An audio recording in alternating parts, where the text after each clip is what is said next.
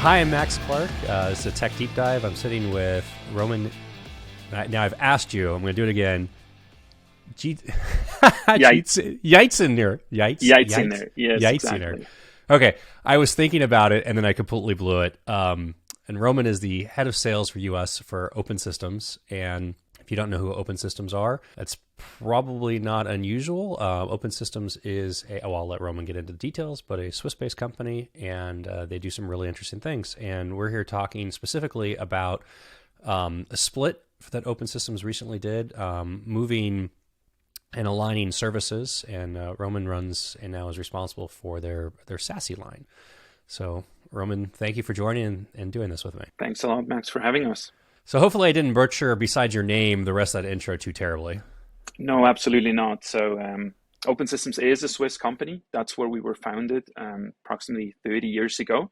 But since then, we have expanded to the US. So that's how I ended up. As you can hear by my accent, I'm originally not from the US. I'm Swiss. But with Open Systems expanding to the US and trying to conquer that market, I moved from Zurich, Switzerland to San Francisco, California in 2019. So that's when we really started to expand. Even though we had customers way before here in the US, that's when we really started to expand here in the United States. Let's start by talking about Open Systems as a customer focus, right? So who are your customers? And, I'll just give you the whole pitch here in one shot, like, geography, size, vertical, what makes up a company that you guys go after? Absolutely, yeah. So in general, Open Systems offers services that almost every company needs, right? Because almost every company has users, and they can be anywhere. They can be in a Starbucks, they can be at home, they can be in a location, in an office, in a factory, or whatsoever. And these users have to use applications, business critical applications, to do their job, to drive their company's value and whatever they do. And these applications, they are some still in like traditional data centers. They can be in the cloud. Many have SaaS applications now, but also many have still like engineering stations or robots in factories and so on, right? And these are the two things that make a company from an IT perspective. You have users with their devices anywhere, and you have applications, and they're anywhere. And Open Systems provides a service to basically connect to in a secure manner, right? And the latest term for that is SASE, Secure Access Service Edge.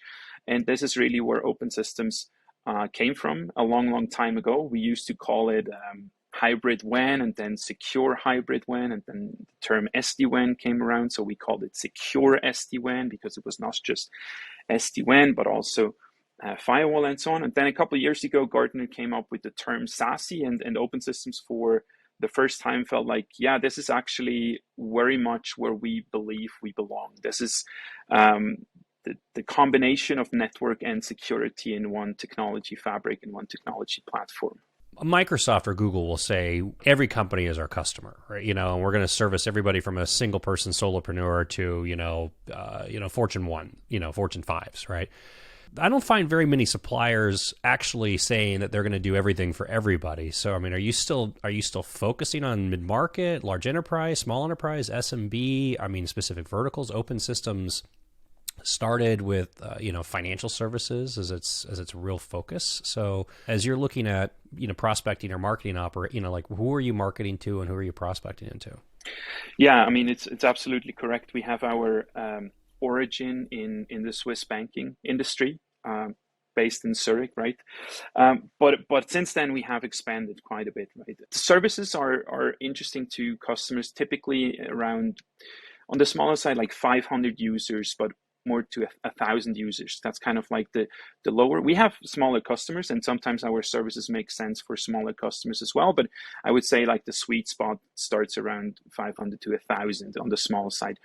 And then on the upper side, we go into the enterprise. We have customers with 30, 40, 50,000 users and 3, 4, 500 locations all around the world, right? Now, typically, especially with SD-WAN, which is a subcomponent of SASE, right? That makes a lot of sense if you have multiple locations which need to be interconnected. This can be regional. We have customers that are in specific regions, a bank, for example, in the Midwest. But we have a lot of customers which are international, especially in the manufacturing space, for example. They are in many different countries. They have factories in China or in other countries, and their connectivity is often a bit more tricky. And that's where we have a lot of expertise and where we can help our customers to interconnect locations on a regional or global level, right?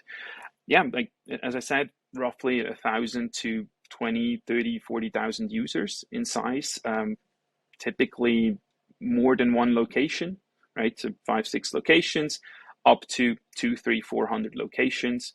That's where the majority of our customers sits nowadays. Okay, so more of a private or public enterprise, mid-market to large enterprise as a focus, but not necessarily. I mean, are you active in healthcare as well? I mean, so it's not so much vertically specific as more of just, is the customer reached a maturity or size necessary to actually be looking at these things in the first place? Okay, exactly. Cool. Yeah. As I said before, it's almost every customer has that need to connect users wherever they are to applications wherever they are.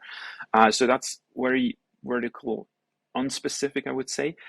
What we are not doing to kind of like put a frame around it is we are not working with the federal government. We have university customers, even though that's kind of like in the government area. But it's not federal government. So the reason why not federal government, we don't have a FedRAMP certification, and we are not intending to get that. So that's kind of like the reason why this is a vertical that we don't work in. I would normally ask these questions in terms of like really simplistic, like what problem do you solve and how does this impact the customer and, those sorts of things. But I agree with your earlier statement. I 100% believe that, SASE is a definition of this, smash up between network and security, and especially with remote users makes 100% sense. Like you absolutely need to think about your network and security in one stack. And then the second thing is this whole concept around SASE and the definition of SASE. Most people are really not actually even meeting SASE as a definition. They're still kind of somewhere in this like SSE definition. And there's been this massive rush and realignment by by manufacturers and service providers to try to fit and say, okay, we're now SASE companies. And then on top of that, there's also this idea with MSPs or the MSSPs of this like buy versus build. And did they go out and just say, hey, we went and partnered with fill in the blank logo because we could buy their equipment. Now we're SASE certified and we've got this thing in this overlay. What I want to talk to you about and what I'm curious with Open Systems is you've been doing this for a long time, right? Your SD-WAN was in the market for a long time. I mean, walk me through the iteration of service from Open Systems. What did you buy? What have you built? Mm-hmm. No, absolutely. I mean, a little history lesson. Open Systems in its very early stages was basically an integrator. So we used other vendors' hardware and we helped to interconnect companies, bring them to the internet and so on. I would say approximately 20 years ago, Open Systems made a decision to start and build our own stack because we had like 10 years of experience in that space, right? And we said, there is an opportunity to actually bring many of these technologies together. In the beginning, that was firewalls with WAN capabilities. So what Open Systems started to do, we started to build our own platform, our own operating system. On top of that, we started to build our own WAN capabilities, firewall capabilities. And then over time, we added more and more, right? Once you go out to a location, you want to have secure web gateway capabilities. And for us, what's really critical is that you can have all these point products, but if they are standalone, you will have challenges in regards to complexity. You will have challenge in regards to how do these different technologies work together, right? And Open Systems has always had the aspiration to bring all of these technologies onto one platform. So I mean, if we go by the Garden the definition, SD-WAN is a core component, right? So back in the days, as mentioned, we called it hybrid WAN. So we had the capability to connect multiple lines and have some sort of failover for a very, very long time. And then over the past, I would say 5 to 10 years, this has evolved into SD-WAN until then finally the term SD-WAN arrived, which gives us the capability to do routing on an application level, to send it via different links, to make sure if there's an issue on one link with automatic failovers and so on. Palo Alto, Fortinet, Cisco, big brand names, every company has had some exposure to using these things. Cisco, you look at their portfolio, their entire thing that you would align into SASE has been acquisitions, Meraki, OpenDNS, et cetera, Duo, it's all been slammed together. Palo Alto did something similar. They purchased CloudGenix to create the SD-WAN side of the thing. Fortinet. So now Palo has Prisma and Cortex, and Forta has their EDR and SIM and network stack, and the large manufacturers are chasing into this as quickly as they possibly can because, to your point, having a single logo, even if it's not even really a single platform, creates a lot of efficiency and ease for a company to consume. So an organization that's going out and saying, hey, we need to do and meet this challenge and solve this for our enterprise, why not just go and buy a full Meraki stack or a Palo plus Meraki stack or a full Fortinet stack or fill in the blank whatever logo, color, icon you want to interact with stack. Mm-hmm. Yeah, I mean, it kind of goes back to our ideal customer profile. I said typically it ends at like 30,000 users, right? And the reason for that is that companies which are larger, they have the team to actually operate their own technology stack. They have large enough teams to operate this technology 24/7. They have the knowledge, they have the capability to retain, even though they struggle with that. I mean, we see that more and more. But that's kind of like, why they can do it. Customers in the SMB and the mid-market and the low enterprise, they just don't have the teams to do that, right? So if they go out and buy technology, there's phenomenal technology out there, but technology only gets you that far, right? You have to operate this technology because you can have the best box if it's configured the wrong way or it's misbehaving or it has an issue. If you don't have a team that has the capacity to address this issue, then your employees, your users are not going to access these applications, which they need to do whatever the business is doing. And you come to a halt and you lose money and no one is happy about that.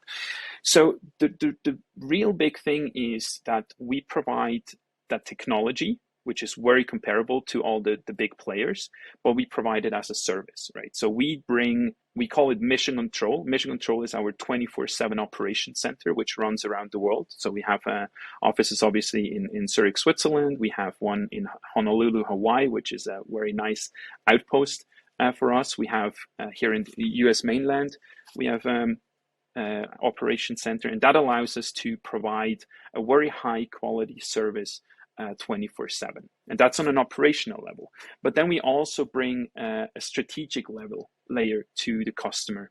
We have a customer success team, which is an extension of the customer, so they work very closely with them, and they help from the very beginning, right? They help with how should the WAN architecture, the SD-WAN, be architected. How should the firewalls be set up? How can we make sure we have the segmentation on a local level, right? So these are all things where the customer success team helps on a very strategic level and over time, right? If the customer wants to onboard a new application and so on, these are all things we help them. And the stuff that comes with it, with the service, is the customer doesn't have to take care of patching or lifecycle management or monitoring, all these cumbersome tasks that someone in IT has to do, which are not value generating. Like no one has ever generated value for a business by making sure the boxes are patched. If they don't do it, they will for sure run into an issue and they will decrease the value of the business because they will have a breach or something, but it's not value generating. So, SD-WAN means basically whatever the marketing department wants it to mean at the time, right? I kind of classify SD-WAN as, you've got a web interface to configure the box, right? So it's like your basic SD-WAN. And then maybe it's availability and circuit failover SD-WAN, and maybe you have a good service. You can actually apply real quality of service and application performance profiles on top of that. There's like MPLS replacement, so overlay or underlay, network design. I think circuit availability and redundancy is a relatively consistent feature with everything. It just depends on how sophisticated it does it. But if you say, okay, hey, this environment has a has a WAN optimization issue, right? Constrained bandwidth, remote locations. They're trying to do file sharing across massive distances and latency. There's specific like point solutions or services that tackle these things. So now if you're providing this as a fundamental service, how deep into these different things do you actually go? I mean, obviously the customer doesn't need, a GUI to go configure their firewall because they don't have one anymore. But, if they're having a WAN optimization issue, or if they want to do, accelerated file transfers, or if they need to do an MPLS replacement, is that something that you've now built out this functionality as well into your stack? Or are you, as a customer then going and saying, okay, we need this service from Open Systems, but we also still need this other thing over here that we're going to interop between the two platforms? Yeah, no, that's a good question. So SD-WAN, as I said, is a core component of our SASE stack. And I think SASE is one way to solve a use case, right? I would say that the use case behind everything is you have users, they need to access applications to do their business. That's the use case. And this experience should be good. Now, how can you solve for that, right? If you have a single line, a single ISP line at a specific location, you run the risk of this line going down. And then the user experience is really bad because no one can do their work. Now you can go and say, okay, we need 2 lines, right? And then you have redundancy. Now, when you have 2 lines, you want to make sure that we are not only doing a hard failover from one to the other, but we want to do some dynamic failovers, right? If we detect that a team session, for example, is not performing very well on one line because, it's the internet, there could be like some packet loss or whatever on the last mile, right? We want to make sure we have technology in place as kind of like an insurance policy that then automatically fails over to the other available line. And they could be 2, 3, or 4 lines, right? Depending on, again, the use case and the risk aversity of the company. But that's really what we want to achieve when we talk about SD-WAN. It's the user experience. That could be that the application is available in the first place, that if we have limited bandwidth, that the bandwidth is not consumed by 99% YouTube traffic or Spotify, but actually the business critical application like SAP or Salesforce, that they have priority, that my video conferencing is top notch. And if there is an issue, there is a failover. So these are all the things that are addressed by SD-WAN, and these are capabilities that we have in our technology stack.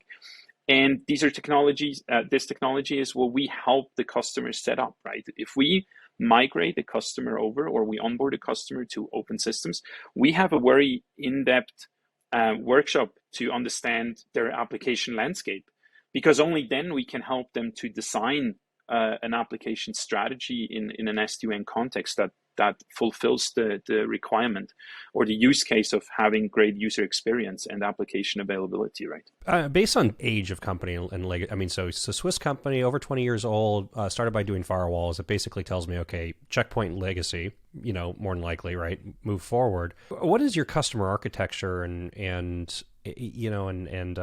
deployment? I mean, are you turning up, equivalent of like boxes or VMs and data centers specific to customers? Or, are you doing partitions on a single instance? Like when we talk about like how the SD-WAN interacts with the firewall, which interacts with the remote users, which interact with applications in the data center, like walk me through an architecture topology, network map, whatever phrasing you want to use for it, of how do these pieces fit together? And yeah, I think the most underlying piece is what we call the service delivery platform, right? The service delivery platform is basically the hardware or the hypervisor that runs our operating system, right? So that's the most fundamental piece. Now, when we talk about the hardware aspect, we have different sizes, right? We have very small boxes for offices with like 5 or 10 users, but then we have boxes for up to 100, 300, whatever, like where we can address different needs. And then we have boxes which go into data center, right? There's like really big 2-unit boxes which have like 10 gig of throughput and so on, and they can handle a data center, right? Now we know it's a lot is not just physical anymore. So hardware is one thing, but it's kind of like fading out, it seems. There's definitely a trend towards cloud, right? So we have the capability to deploy the same service delivery platform into Azure, AWS, Google Cloud, into your Equinix, into your hypervisor that you have in the data center, and so on. The cool thing is that it is the same platform that you have in various sizes of hardware and different hypervisors. And then we are able to provide these services. That's why it's called the service delivery platform. We are able to deliver these services on each of these edges, right? With the SD-WAN, with the firewall, with the secure web gateway, with the DNS filter, with all the components that make up our SASE technology stack. The edges, they connect to each other, right? So Open Systems has built the SD-WAN so that we use the public internet and make sure we do that in a smart way, so that we, for example, have regions in, like if we want to interconnect Europe, we have a region over there, we have a region for Asia, or for the US, right? Depending again on the customer's use case behind it. And then we can often use, for example, the Azure backbone to interconnect regions. In the US, it's not too terrible if you have a chassis in North Texas and you have users in SoCal. It's not so horrible for those users to have to effectively tunnel to Texas and then get on the internet and do whatever they're doing and come back. But then all of a sudden you open up an office in Singapore or in London or Paris or whatever happens because you put salespeople or you're hiring, engineering talent or whatever you're actually doing in these markets. And then you find out, you have to tunnel all your traffic from London back to Los Angeles to then go back to London. What I'm looking for here is in that case, that company maybe doesn't have assets already in Europe, right? It's not like it was or they don't have a lot of assets, or they're not operating offices, and maybe it's just some users in WeWork. Like, how do you deal with that use case where it doesn't suck, right? Because there's like some things that have to tunnel back, but there's a lot of things that don't. Like if they're opening up Google Maps to like try to figure out how to get down the street or like find, lunch delivery. Absolutely. Yeah, no, I'm 100% with you on that. And this is definitely something that we see a lot of companies that move to us struggle with at the moment, right?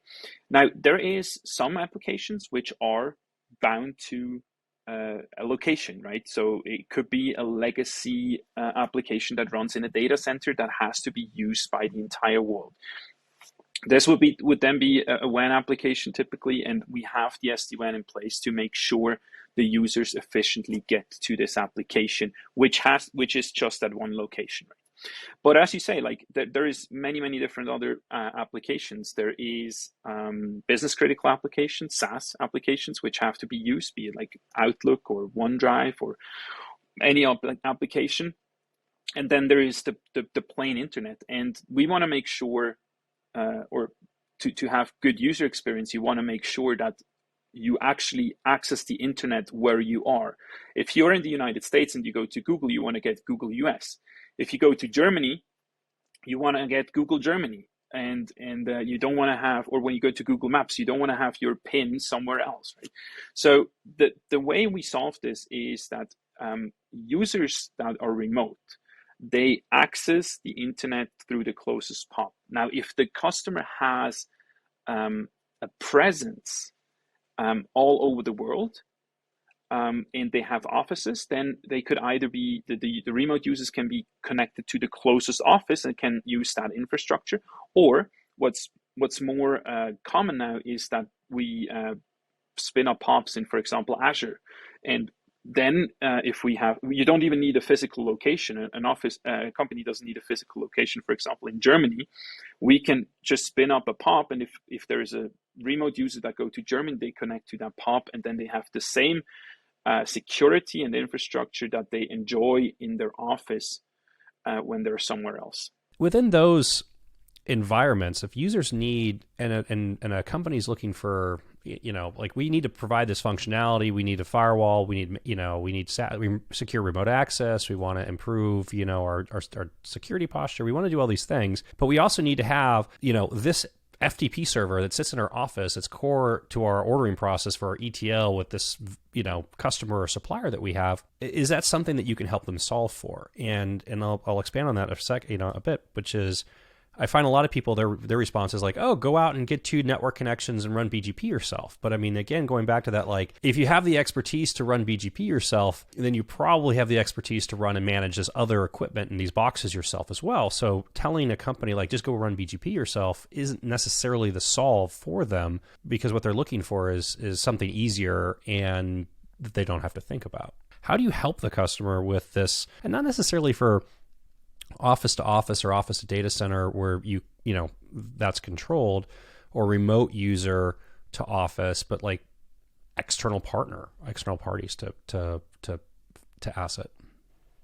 Yeah, so that's a good question, right? I mean, so this is where the customer success team comes in, right, and supports the customer with whatever challenge they have.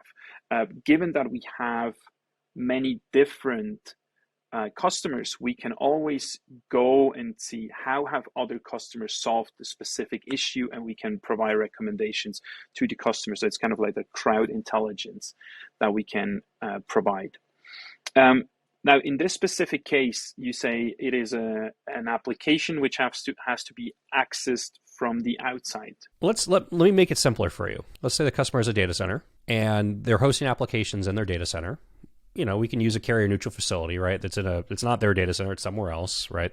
And they need to have redundant internet connections to that data center. Like, how much of that will you take on and manage for the customer? Is this something where they can say, okay, great, we're just going to turn over the entire access layer and edge infrastructure to open systems, and you're going to maintain, we want 2 or 3 carriers, circuits terminating into our data center, and Mm-hmm. Yeah, we have what we call the connectivity as a service. So we have many customers which not only get the SASE platform from us, but they also get connectivity from us.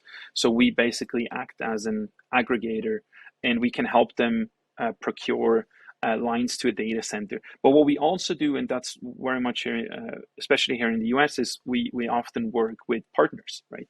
We work with other companies that focus on procuring lines, and we work very closely with them to help a customer to provide the underlay, the transport layer that they need. And then on top of that, we can provide a service, we call it the Internet Line Operation Service, where if there is a problem, Open Systems can act on behalf of the customer to make sure this problem gets resolved, right? The most simple could be that a line goes down, and we have to figure out, okay, why did it go down? So we get in contact with the ISP and figure out why this problem occurred. Or we have an issue with the performance of a line. And then again, this is something that will be observed by Open Systems. We have SD-WAN in place to make sure there's automatically a failover that happens. But then you still want to know, like, okay, is this issue still persisting? Do we still have packet loss or an increased latency on a line? And this is then something that Open Systems, again, can, on behalf of the customer, get in contact with the ISP to solve these problems, right? And that's a big headache for many of our customers, and they're super happy that we take on this this job. So go from the actual physical transport to the actual operations of the redundancy. What I mean by that is, if you're in One Wilshire or, that area, right, like it's going to be AT&T and Spectrum, right, or, Zayo or Lumen or whatever combination, right? Customer has decided they have two networks. The two networks have to go somewhere. And in a data center, those two networks have to plug into a router that's announcing IP addresses via BGP or is proxying, those connections through another gateway in order to have IP address persistent and inbound and outbound traffic. In that environment, is Open Systems going to deploy routers and manage BGP for the customer and take care of it? Or is it that the customer has to go out and get their own routers and their own BGP, and then your SD-WAN goes behind the BGP routers? Like, that's a relatively complex architecture, way more complex than just saying, hey, we have an office with two circuits or three circuits that we need to maintain. It's probably the most complex architecture you could have is when you get into a data center and need redundancy and resiliency. But when we look at, okay, where your boxes actually fit into these things, like how much of that do you take on and take over? Yeah, I would say there is two fundamental use cases. Use case number one, much simpler, is that you have applications at this data center which are used by your employees, right? And then it's a perfect use case for SASE and SD-WAN thereof, because it allows every customer, every user, wherever they are, to access these applications. And you can have the redundancy just with multiple lines, right? Now, the second use case is if you have applications that have to be accessed by the public, like via the internet and so on, because that's exactly when you need BGP, so that you have one IP towards the world, but actually multiple lines behind it. Now, Open Systems can help with that, but it's definitely not our core focus anymore, I would say. We very much focus on SD-WAN and kind of like BGP routing for inbound traffic. If you host like a web server or an FTP server that you mentioned before, right? This is a use case we can address, but typically we would want to consult the customer to move these applications to someone that actually specializes in hosting public-facing applications, right? Now, if that's not possible because it's legacy, then it's definitely something we can help the customer, be it with the BGP routing or the SD-WAN, to make sure we have the redundancy. It's not just legacy environments, right? You start talking about cost cycles and budgeting. Enterprise makes 5,000 person enterprise has made a significant investment in firewalls already, right? And those firewall vendors are pushing their own SD-WAN, and that firewall vendor is pushing their own remote access. And usually that firewall vendor is also trying to push something else, like here's our EDR, here's our XDR service, or here's our fill in the blank blank. How do people migrate from what they currently are running into Open Systems? Actually, before I ask you that question, I'm going to ask you the other question, which is, what is the driving factor that forces somebody to decide to migrate from running their own stuff or having and then to Open Systems? And then the second part is, how does this actually happen? Yeah. If let's just take a time span of the last 10 years, right? If we look what happened over the past 10 years, there has been a move to cloud applications, to cloud, like infrastructure as a service, software as a service, and so on. And the network that connected the users and these applications had to transform fundamentally, right? Now, some companies maybe had an MPLS, and then their first step was, let's go from MPLS to ISP lines or to a hybrid version, and we implement SD-WAN. Then they did that. Then they realized, oh, our location is now actually connected to the internet, so maybe we need a firewall to secure that. So then they got a firewall. Then they realized, our cloud proxy that's still in our proxy, secure web gateway that's still in the data center, means that every traffic has to be hairpinned and then goes to all the SaaS applications. So really bad user experience. So then they went and said like, oh, let's get a cloud proxy, and they had that. And then they said, oh, now we have all the users that are remote, let's get some EDR and so on. So it just, what happened over the past 10 years is that many companies built the parts of SASE, but with like 15 different vendors, and the complexity is out of control, and their capability to operate that technology it's super, super difficult. And that's what many companies are struggling with. With that comes security issues, right? Many of the breaches we've seen in the past have occurred because not because they don't have the technology in place, but because it's not configured correctly, or it wasn't patched correctly, and so on. So these are really the fundamental issues that many companies are struggling. And there's these two different aspects. Some people say like, oh, I don't want to have all my eggs in one basket, right? You want to have a single vendor that does everything for you. Yes, go and put your eggs in different baskets, but how exactly do you make sure all these baskets are configured correctly and work correctly with each other? So I understand the risk that you could argue you add by going with a single vendor, but the risk of not doing it, I believe, is much greater because, of everything I just mentioned before, right?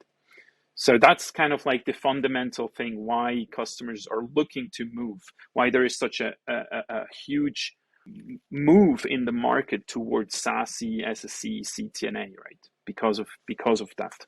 Complexity, sprawl, management, exactly. Expertise, ongoing everything. How do you train? How do you hire? How do you take vacations? How do you make sure that when something goes wrong at 2:00 in the morning that somebody's actually looking at it that knows what the heck they're doing? Those sorts of things. So, which then takes us to the second part, which is you've got, a massive deployment of infrastructure. How does this, I'll say I'm a rip the Band-Aid off quick kind of guy. Like after doing migrations for over 2 decades, like it's just, I have learned that for myself personally, I would rather just have a whole lot of pain condensed into a really short amount of time, because then at least the pain is done. And that just comes from experience of doing migrations where it was like every weekend for 6 months, there was something that was going on to try to like limit the overall disruption. And I'm not really sure that actually saved anything in the long run, but what's typical here? You've got to ship equipment out to every location. You're going to have to install software on every device. You're going to have to, coordinate with lots of different people in order to make these changes. Like how, what happens in what staging? Can you, just like, I guess we've signed this contract. Now we've decided to do it. We're going to talk to a CSM is going to get engaged. We're going to start talking about architecture and start planning these things out. What is that actually, like what should be expected as typical, I guess? Yeah. This is an absolute critical question, and we believe a strong differentiator of open systems. When you go on, like, let's take that example of a company with 5,000 users, and they probably have like 50 or 100 locations worldwide. This is not a small venture, right? But it's also not as hard as some may think. Now, we understand that there is not a green field. So there is lines already in place. There is technology already in place, right? So in the beginning, we have to figure out what can we do now to start reducing that complexity, and what do we have to do in maybe in a phase 2 or 3 to really kill that complexity that you have. Because the worst thing is you bring in open systems, but you keep like half of the other stuff you have, then you haven't achieved anything. Like you still have, I don't know how many, but you maybe have different contract end dates. So we're not going to say like, oh, if you have your proxy in place, we don't force anyone to use ours, right? If they still have it, then fair enough. We disregard that portion for now. But then once it comes up, maybe a year later, we have the box in place. The service can just be like turned on, and all is good. Isn't that kind of counterintuitive to the actual end goal, though? I mean, if you've got all these legacy, point solutions that are out there running, I mean, is Open Systems then taking it on and saying, okay, you've got this existing proxy that's running out for the next year, and your reaction is basically what I would have expected of like, nope, But then at the same time, if the customer's trying to get away from complexity, saying, oh, we're not going to activate this functionality in our infrastructure, which would become your web proxy, and you're going to still run your own web proxy, which has all these negative things going on with it because you've got this investment in this web proxy. Like, I get that too from a budgeting and financial risk standpoint, but like at some point, Doesn't that actually kind of work against the goal that the customer probably started this whole thing in the first place from? Yes, no, I'm 100% agree with you. The, the thing is, we have to, if the customer believes in the end goal, right, there is different ways of how to get to this end goal. And unfortunately, it comes down to a budgeting issue. If the customer has invested in something already and it has another year on it, many customers are reluctant to just say like, oh, let's turn that off. Or to say, oh, let's pay open systems for this same service as well, and then we have double spending. Now, this is where obviously we try to work with customers, because our goal is to get them to a full stack open systems service and not have the complexity that they had before. So that's obviously our end goal. But yeah, we have to understand that some customers have made these investments. They don't want to have double spendings, and it takes time, right? These can be projects which take longer. Having that said, I have had many projects where the customers started and they were just looking for SD-WAN, for example. They said, oh yeah, we need SD-WAN. And then we have the conversations with them, and they, through that process, through the sales process, they started to realize, maybe it makes sense to actually kill our own firewalls and put that onto open systems as well, and the secure web gateway and so on. And it's a process, right? And we help them along this process. And sometimes we can be quicker with the migration to reduce that complexity and get to the brave new world. And sometimes it takes a little longer for various reasons. And sometimes it's just budget, right? But it's definitely not the end goal. And that's never, like, open systems is never, we would never engage with a customer and say like, oh, let's just do 10% of what we can do for you. I don't think we are the right fit and for that. And we want to be transparent about that. But if a customer has the vision and we can actually help the customer to see that vision, then we are absolutely the right fit to take them on that journey and help them transition. You've got somewhere between 0 and probably 3 years of staged, contracts and terms and support and renewals and life cycle that have to be worked through just from a contractual term standpoint. And then you start looking at like depreciation, within budgeting. I mean, so that also then becomes a consideration when you start talking deployments, right? Migrations can be, we're going to do location at a time, which this is again why I turn into like maybe rip the Band-Aid off, kind of personality comes out quickly. Because, if you're going to change, if you've got 100 locations and you're going to change that location out, that location has VPNs and connectivity and things going on with everything else in the infrastructure. Okay, so you're going to do 100, and then you've got this matrix, right? You look at it and you say, okay, maybe in the best case scenario, the location only talks to like a hub or a central location or a cloud, right? So you've got a central office, you've got a secondary office typically, and you've got some kind of cloud environment. So you've got 3 endpoints for each remote location, and then you probably have like 2 circuits or redundant pathways or whatever. So so that's 6. So then you've got 6 connections times 100 locations that you want to update. So you're going to do 600 reconfigurations over the course of that project if you do like site by site by site down that path. And you take a step back and you're like, okay, this is nuts. We shouldn't do this.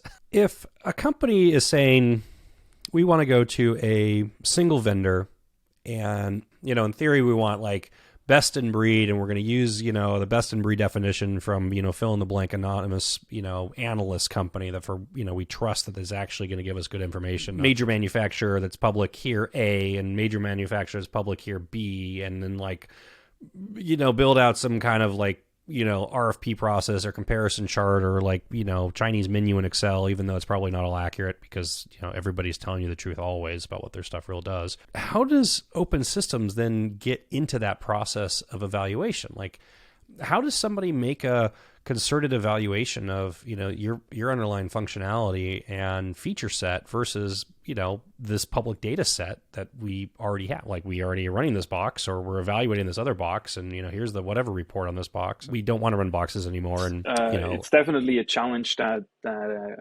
you have as a Swiss-based company, which hasn't been in the US for that long and has not the same name recognition as the big players, right? So that's definitely something that we struggle with in sales many times.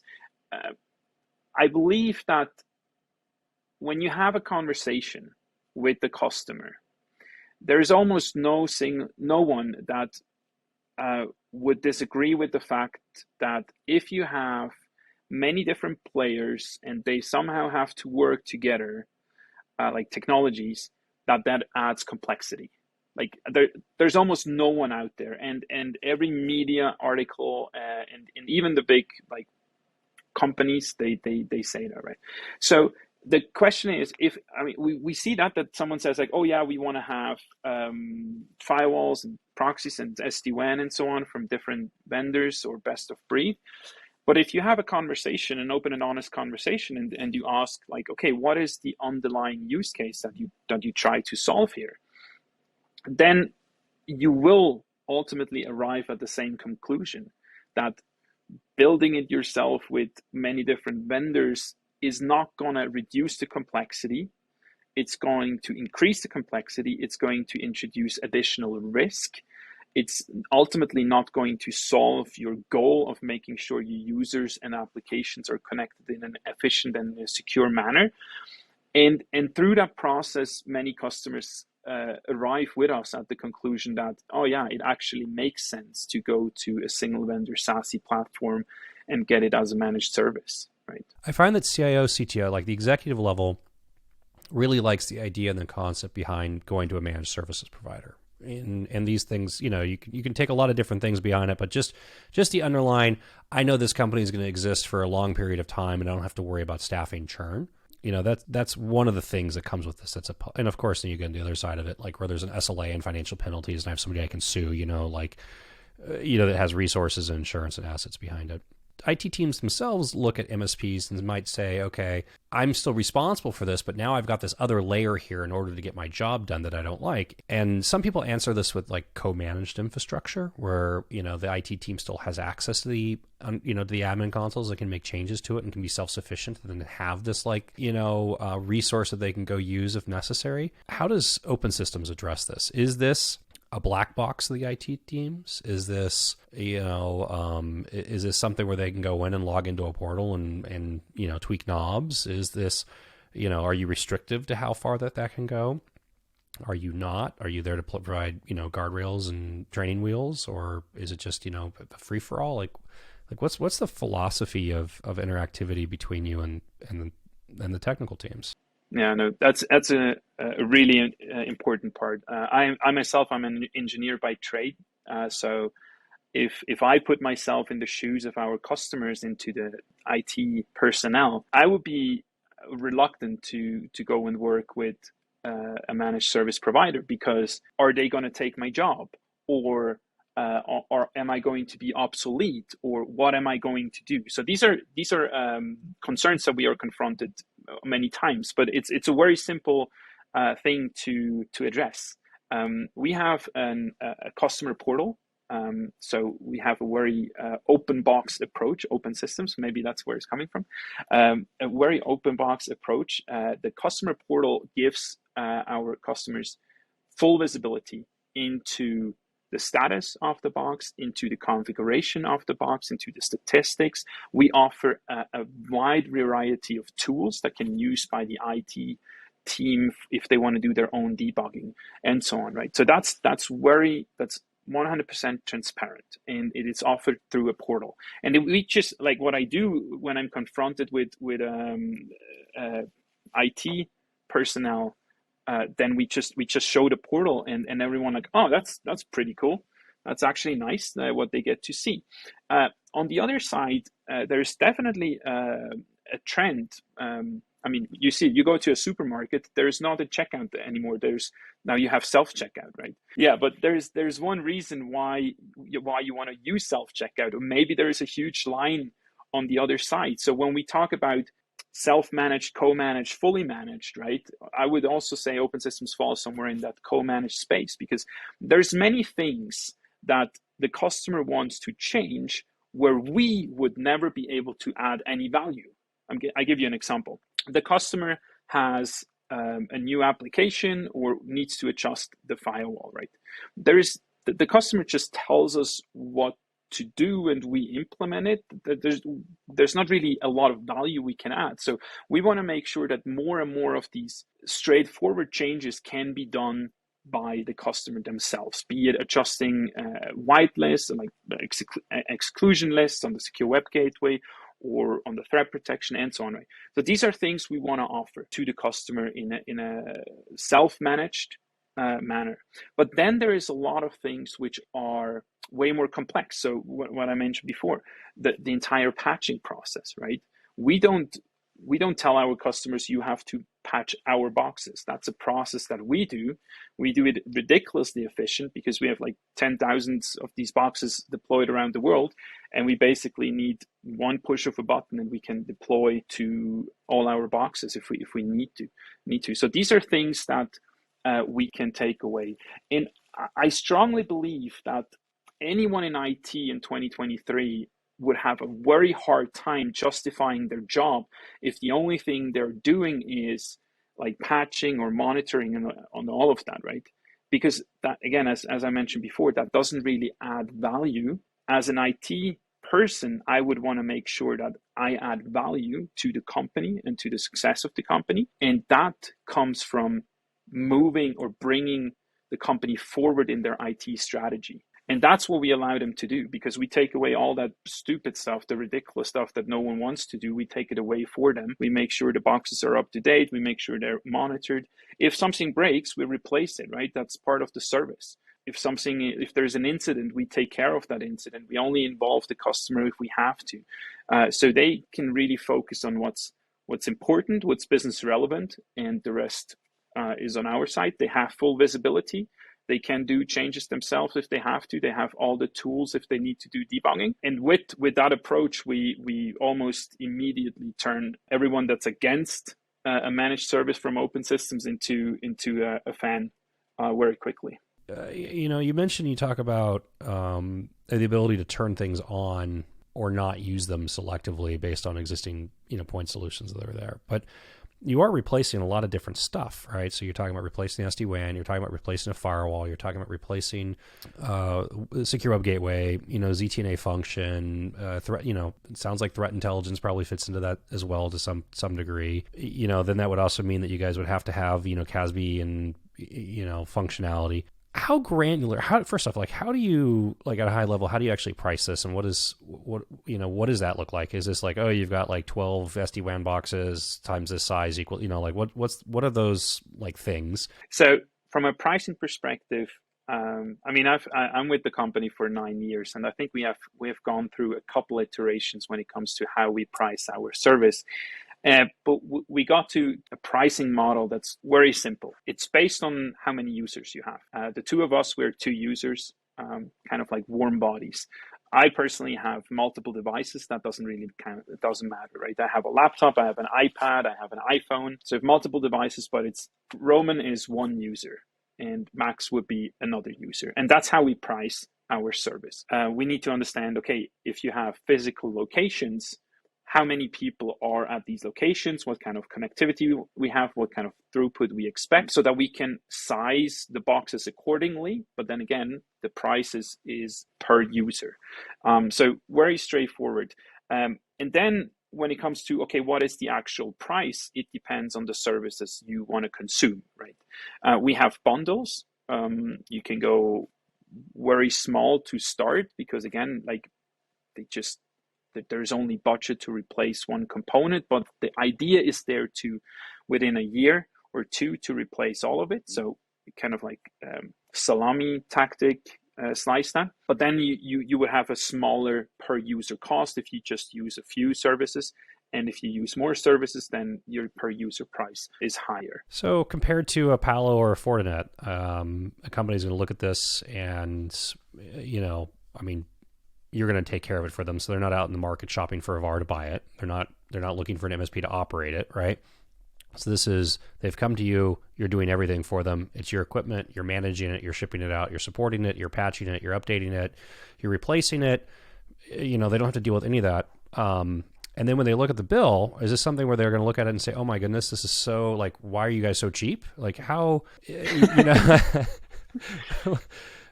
You know, like how much of, you know, a pricing disparity between, you know, like existing state and your state, you know, really comes into this factor? Are you trying to, you know, are you guys maximizing this, you know, market and in line with a Palo or and a Cisco and a Fortinet and, you know, fill in all the rest of the blanks? I'm just going to use those three because they're the big ones. Or is this something where, you know, by the time they're done and everything is said and done, they look at this is a, you know, look, we're going to reclaim a lot of budget here for you guys to go and do other things with. Yeah. Yeah. I think, I mean, return of investment is key for everyone, right? And this is something we many times have to help a CIO to make the case internally to the CFO and CEO, for example. A challenge that we sometimes run into is that we compare apples and bananas, right? The classic. If you just get our technology or our service, it's going to be more expensive if you just buy plain boxes. So that's not the business case, right? The business case is really to compare, okay, what does it cost if I buy the boxes and then I need, for example, an MSP to run it, I need to replace the boxes and so on. So that's something where we can help the customers. But if you do that calculation correctly, then we are in many cases we are cheaper. You know, companies need to be really happy with you to keep you around for, you know, that kind of longevity. I mean, just internal executive team turnover is a lot. You're probably on your second or third CIO in that span of time easily, right? Yeah, maybe. Yeah. Okay, so Roman, we've been going at this for a little while. Let me do this. Final words. Give me your best kind of commercial, right? So somebody watching this, you know, and they're going to say if they're only going to get and consume, you know, the next, call it 45, 60 seconds worth of content, you know, what's your, I don't want to say elevator pitch. I hate elevator pitch, but you know what I mean? Like, yeah, kind of like wrap this up. I would say if you're a company that has users that are anywhere, because pandemic or even before, and you have different types of locations, and then you have applications which are anywhere, and you have to make sure that you as the IT leader or your team can sleep at night, and every user around the world can work and do their job. If you're looking for something like that, then I believe Open Systems is a great fit. We can help really from the beginning, from the architecture to the operations of the entire stack to make sure your users are happy using the applications they need for their daily job. I think keeping your users happy is probably exactly the line that you want to end with. Roman, thank you very much for your time. I appreciate it. This was fantastic, and I hope that I get to see you more and more, although I'm probably going to always butcher your last name every single time I do it. It just, I can't, I'm sorry, I'm happy that we in the US we are on a first name basis. Much easier than if you go to Austria or Germany, where it's still last name and even titles sometimes. So yeah, very different cultures. Thanks a lot for the opportunity. Thank you, Roman. Thank you very much.